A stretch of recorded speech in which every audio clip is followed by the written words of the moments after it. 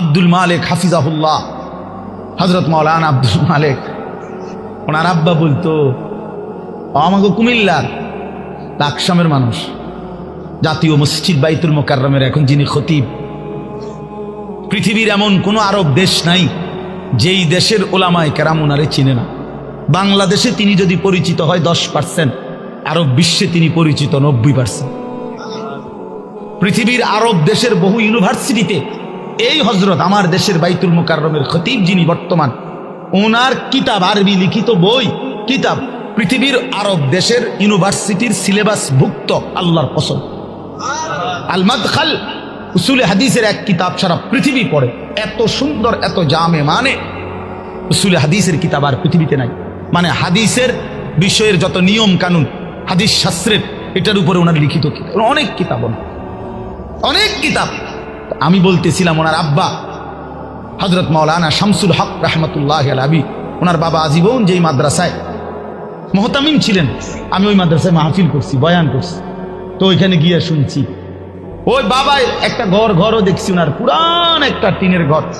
তো ওনার আব্বা বলতেন সবসময়, আব্দুল মালিক তোরে লইয়া আমার বেশি চিন্তা, তারে দিয়া কি হইব, তারে দিয়া কি হইব, মানে তে কেমনে চলবো ভবিষ্যতে। ওনার আব্বাই বলে, বেশি কি করছে, চিন্তা করছি আব্দুল মালিক এখন জাতীয় মসজিদের খতিব। এই জন্য দোস্ত বন্ধু, ইনশাআল্লাহ ইসলামের বিজয় হবে, আগামীর সময় কালেমার বিজয় হবে, কালেমার বিজয় হবে। এই জন্য দোস্ত বন্ধু, নওজোয়ান কিশোর, নষ্ট হইও না, চরিত্রহীন হইও না। এত সহজে, এত অল্প বয়সে 16 বছরে চরিত্র এভাবে নষ্ট করে দিলা, মাত্র 18 বছর বয়সে এত নারী দেখে ফেললা, মাত্র 18 বছরে এত উলঙ্গ ছবি দেখে ফেললা, বাকি জীবন কি করবা বাবা? হ্যাঁ, মাত্র 18 বছর বয়সে এত জিনা ব্যভিচার দেখে লাইলা, ছি ছি ছি, বাকি সময় কি করবা বাপ? বাকি সময় কেমনে চলবা আব্বা বলো? এত অল্প বয়সে এত নোংরা হয়ে গেলা, এত কম বয়সে এত চরিত্রহীন হয়ে গেলা, সারাদিন নারী ছবি কি দেখো মোবাইলে তোমরা, আমরা বুঝি না বাবা। কতবার চুলের ডিজাইন বদলাইলা বাপ, কারে দেখাইতা? কয়জন বেডি তোমার বাইতে আইছে? তুমি যে এতবার ডিজাইন বদলাইলা, কেডা আইছে তোমার সেগুনি? হ্যাঁ, সিনেমার কোন নর্তকী তোমারে ফোন দিছে তাই শুনি? তুমি যে বেডিরে দেখা আখলাক নষ্ট করতেছ, চরিত্র নষ্ট করতেছ, শরীরের যৌবনটা শেষ করতেছ, নিজের হাতকে লজ্জাস্থানের গুনাহ করে নষ্ট করে দিতেছ।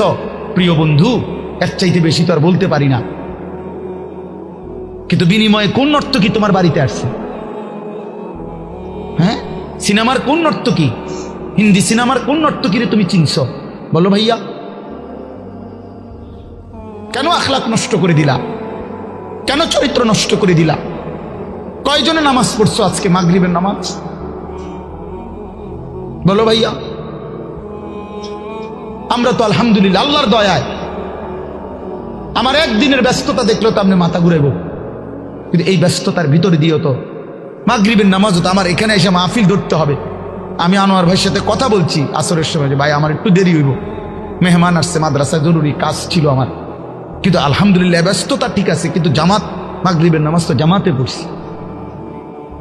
ওই দৌলতপুরের একটা গ্যাস ফিল্ড আছে, ওইটার মসজিদ। কেমনে নামাজ ছেড়ে দিলা ভাইয়া? চেহারা সুরত দেখলেই তো বোঝা যায় কতদিন হয় নামাজ পড়ো। ওফ, আল্লাহকে ডাকো না, তে আল্লাহকে এমনি ভুলে গেলা, রাসূলকে এভাবে ভুলে গেলা, ধর্মকে এভাবে অপমান করলা, মাকে এত বড় বেইজ্জতি করলা। 2 বছর যে মা দুধ পান করাইছে, তোমারে তিল তিল করে বড় করছে, এই উদ্দেশ্যে যে তুমি 16 বছর বয়সে শুধু নারী দেখবা, ছবি দেখবা, মোবাইলে উলঙ্গ দৃশ্য দেখবা, তুমি মালিকের একটা সেজদা দিবা না, 1 ওয়াক্ত নামাজ পড়বা না, তোমার মা বুঝি তোমার এই জন্য দুধ খাওয়াইছিল না?